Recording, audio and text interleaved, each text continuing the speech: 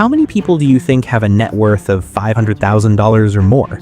Is it 5% of Americans? Maybe 20%? Could it be as high as 75%?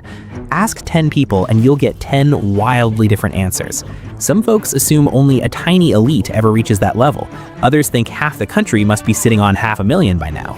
And honestly, both groups would be shocked by the real number. But here's what makes this even more interesting. The actual percentage doesn't tell you nearly as much as you'd think, because $500,000 in net worth can mean completely different things for different people. For some, it's genuine wealth-building momentum. For others, it's an illusion that makes them feel rich while they're actually stuck in place. The gap between those two realities is massive, and most people have no idea which side they're on. Even more surprising, you could have two neighbors with the exact same $500,000 net worth, and one of them could be on track to become a millionaire in less than a decade, while the other is essentially treading water financially. Same number, completely different futures. Today, we're breaking down exactly who has a $500,000 net worth, what that number is actually made of, and why so many people dramatically overestimate what $500,000 in net worth really means in terms of actual financial power. By the end of this video, you'll understand why net worth alone is one of the most misleading metrics in personal finance. Hi, I'm Matt. On this channel, I break down the real numbers behind financial freedom, and I help you build wealth that actually works for you instead of just looking good on paper. If that sounds valuable, hit the subscribe button so you don't miss future videos like this. Let's start with the simplest question. How many households in the United States actually have a net worth of $500,000 or more? According to research from Smart Asset and data from the Federal Reserve's Survey of Consumer Finances, the answer is approximately 29%, nearly 3 out of 10 households. At first glance, that sounds surprisingly high, almost a third of American households hitting the $500,000 mark. But here's what nobody tells you about that 29%. The word household is doing a lot of heavy lifting in that statistic. A household can be a married couple pooling 2 incomes and 2 sets of retirement accounts. It can be a couple with adult children still living at home, combining 3 or even 4 people's assets under one roof. It can even be roommates sharing expenses and splitting rent. When you add up multiple adults' cars, savings accounts, 401ks, and home equity, crossing that $500,000 threshold becomes significantly more attainable than it would be for one person flying solo. Consider this: a married couple where both spouses have modest 401k balances of $75,000 each is already at $150,000 before you even count their home equity, cars, or savings. Add in a $400,000 home with $200,000 paid off, 2 vehicles worth $30,000 combined, and $20,000 in emergency savings, and they're suddenly sitting at $550,000 in total net worth.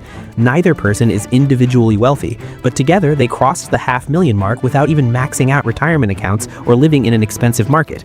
The moment you shift from households to individuals, the picture changes dramatically.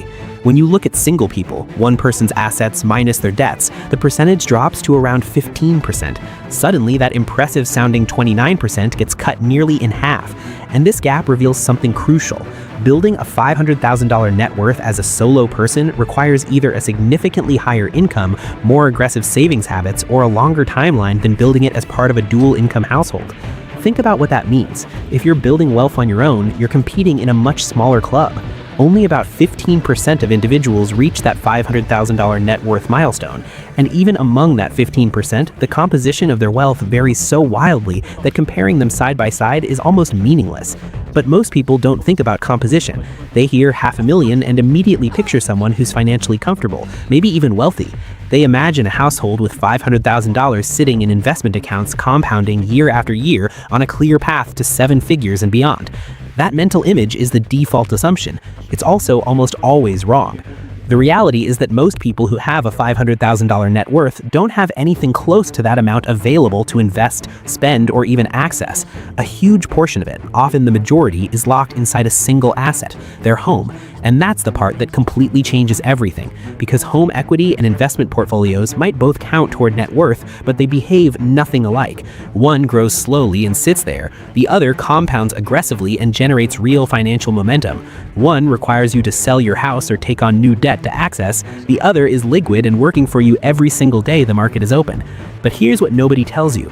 Most Americans with a $500,000 net worth are sitting on the slow, locked version, and many of them have no idea how different their situation is from someone with the same net worth but a completely different asset mix.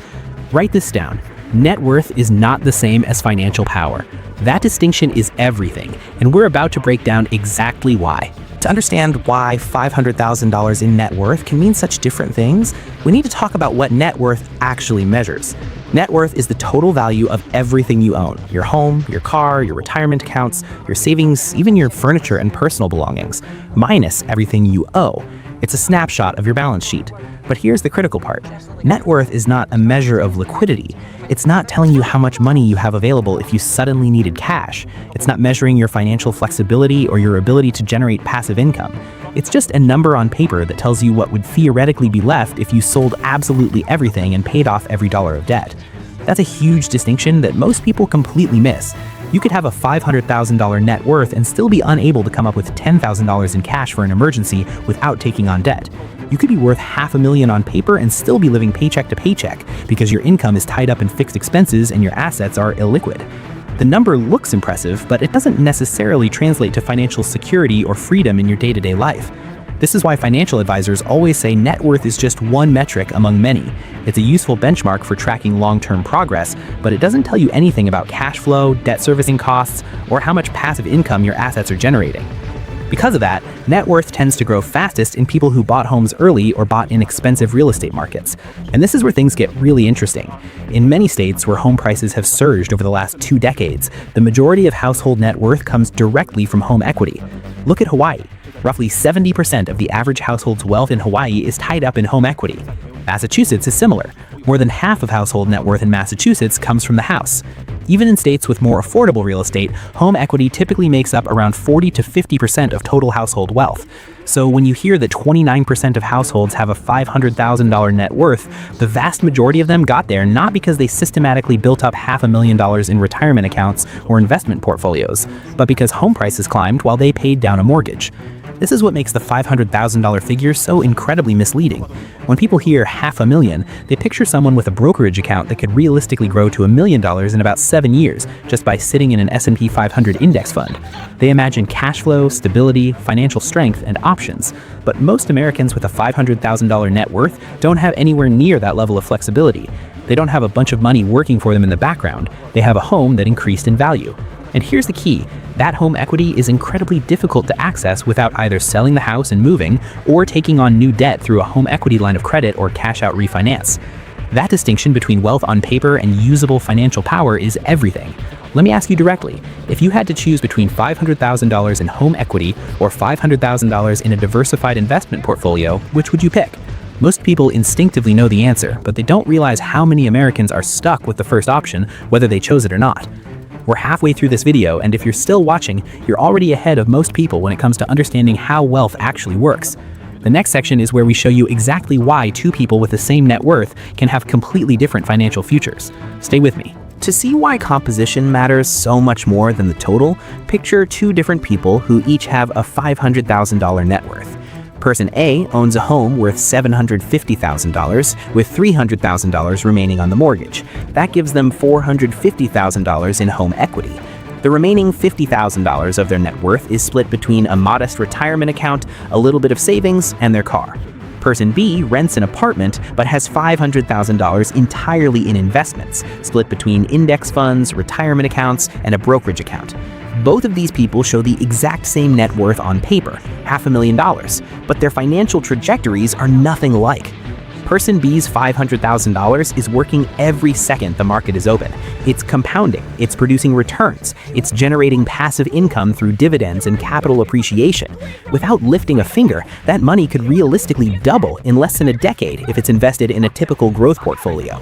Historically, the S&P 500 has averaged around 10% annual returns. At that rate, $500,000 becomes $1 million in roughly 7 to 8 years. Person B is on a path to genuine wealth-building momentum. Their net worth isn't just a number, it's a machine that's actively working in the background. Person A's home equity builds far more slowly. Real estate typically appreciates around 3 to 4% per year on average. Some markets do better, some do worse, but that's the long-term historical trend. And here's what most people miss. The return on equity actually declines over time as the mortgage gets paid down and equity increases. Early on, when someone has a small amount of equity and a large mortgage, a modest increase in home value can create a big percentage gain on their equity. But once that equity grows, each year's appreciation is spread across a much larger base, bringing the effective return rate way down. It's like a balloon that inflates steadily but doesn't multiply. And there's another layer. Person A can't easily access that $450,000 in home equity without selling their house and moving or taking on new debt. If they use a home equity line of credit, they're borrowing against their house and paying interest. If they do a cash-out refinance, they're resetting their mortgage and extending the timeline to being debt-free. Meanwhile, person B can access their money whenever they want. They can rebalance, they can take advantage of new opportunities, they can live off the dividends if they structure it right. They have flexibility and liquidity. Person A has a nice house and a big number on their net worth statement, but very little financial maneuverability. Pause for a second and think about which profile describes most people you know who have a $500,000 net worth. Chances are it's person A, the homeowner with most of their wealth locked in real estate. And that's not a criticism of home ownership. Owning a home offers stability. It forces people to save through mortgage payments. It provides a place to live without worrying about rent increases. For many families, home ownership is the single most effective wealth-building tool they'll ever use, simply because it automates savings and provides forced equity accumulation. But it shouldn't be confused with liquid financial strength or aggressive wealth building. Being worth $500,000 on paper is not remotely the same as having $500,000 that can work for you, support you, or grow into something much bigger. Here's where things get even more complicated. Age plays a massive role in what a $500,000 net worth actually means. A 35-year-old hitting $500,000 is in a phenomenal position. They have time on their side. If that money is invested and they keep contributing, they're likely on track to retire with several $1,000,000. Compound growth over 20 or 30 years is incredibly powerful. Even modest annual contributions can turn $500,000 into $2 million or more by the time they hit their 60s. Time is the most valuable asset in wealth building, and someone reaching $500,000 in their 30s has decades for that advantage to work in their favor. But someone nearing retirement with $500,000 may actually be far behind where they need to be, especially if the majority of that net worth is tied up in home equity. The compounding window is closing. They don't have 30 years. They might only have 5 or 10 years before they need to start withdrawing from their accounts to supplement Social Security. According to recent data, the median retirement savings for Americans aged 55 to 64 is just around $200,000. The median net worth for people in that same age range is roughly $365,000 to $410,000, depending on the survey. That means someone in their late 50s or early 60s with a $500,000 net worth isn't actually that far ahead of the median. They're doing better than average, sure, but they're not sitting on some massive financial cushion. And if $400,000 of that $500,000 is locked in their house, their liquid investable assets might only be around $100,000. That's not enough to generate meaningful passive income in retirement. At a 4% safe withdrawal rate, $100,000 gives you $4,000 per year. That's $333 per month. Nobody is retiring comfortably on that. This is why understanding where wealth is stored is just as important as knowing the total.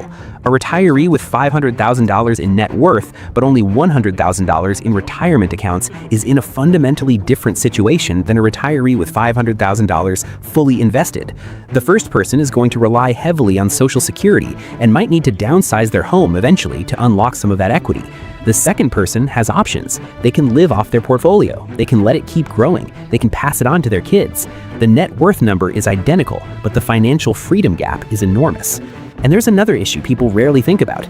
Hitting $500,000 creates this psychological illusion that the next milestone, $1 million, is basically guaranteed, and that can absolutely be true, but only under the right conditions. If someone has the full $500,000 sitting in an S&P 500 index fund, the math is on their side. Historically, even average market returns will push that balance to $1 million in less than 10 years. But if most of that $500,000 is locked inside a home that appreciates at 3% annually, it's going to take much, much longer. Real estate appreciation alone won't double your net worth in a decade. It might not even get you halfway there. Would you bet your retirement timeline on 3% annual home appreciation, or would you rather have your money compounding at 10% in the market? The answer is obvious, but millions of Americans are unknowingly locked into the slower path simply because they never diversified beyond home equity. And that brings us to the final piece of this puzzle. In the next 2 minutes, I'll show you exactly why the composition of your net worth matters infinitely more than the total. We've already established that 29% of households have a net worth of $500,000 or more. We've shown that only 15% of individuals reach that level. We've broken down how most of that wealth is locked in home equity rather than liquid investments. We've explained why two people with identical net worth numbers can have completely different financial futures. But here's the final insight that ties it all together. Net worth is a lagging indicator. It tells you where you've been, not where you're going. A high net worth built primarily on home equity means you successfully paid down a mortgage while your property appreciated. That's great. It's an accomplishment. But it doesn't predict your next decade of wealth building the way a high net worth built on investments does. Home equity grows linearly and slowly. Investments grow exponentially through compounding. The difference in trajectory is staggering. Think about what $500,000 looks like for a typical American household today. They might have $350,000 in home equity, $100,000 in retirement accounts, and the remaining $50,000 spread across savings, cars, and personal property. That's a solid foundation. It's more than most people have. But the liquid portion, the part that's actually generating compound growth and passive income, is just $100,000. That's the number that determines their financial freedom timeline, not the $500,000 headline figure. Now imagine a different household with the same $500,000 net worth, but structured completely differently.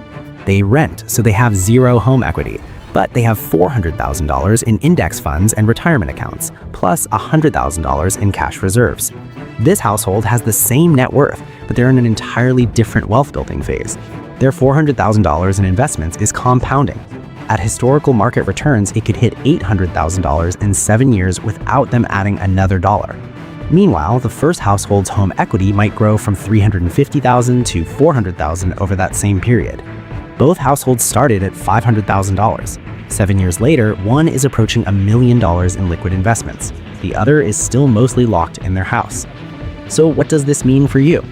If you're building toward that $500,000 net worth milestone, pay very close attention to where your wealth is accumulating. Home equity is valuable. It provides stability and forces you to save. But it shouldn't be the majority of your net worth if you want genuine financial freedom and aggressive wealth building. Once you have a solid emergency fund and you're contributing enough to get any employer 401k match, every extra dollar you can invest in the market is a dollar that's working for you at a much higher rate than home equity ever will. And if you're already at or above $500,000 in net worth, take an honest look at the breakdown. What percentage is in your home? What percentage is in retirement accounts and taxable investment accounts? What percentage is generating passive income right now? Those questions reveal far more about your financial strength than the net worth number itself. The wealthy understand this instinctively. They don't just accumulate assets, they accumulate the right kind of assets, the kind that compound, generate income, and provide liquidity. That's the difference between looking rich on paper and actually building wealth that changes your life. What percentage of your net worth is actively working for you right now versus just sitting there, locked in an asset you can't easily access? That's the question worth asking. Because once you shift your focus from total net worth to investable net worth, everything changes.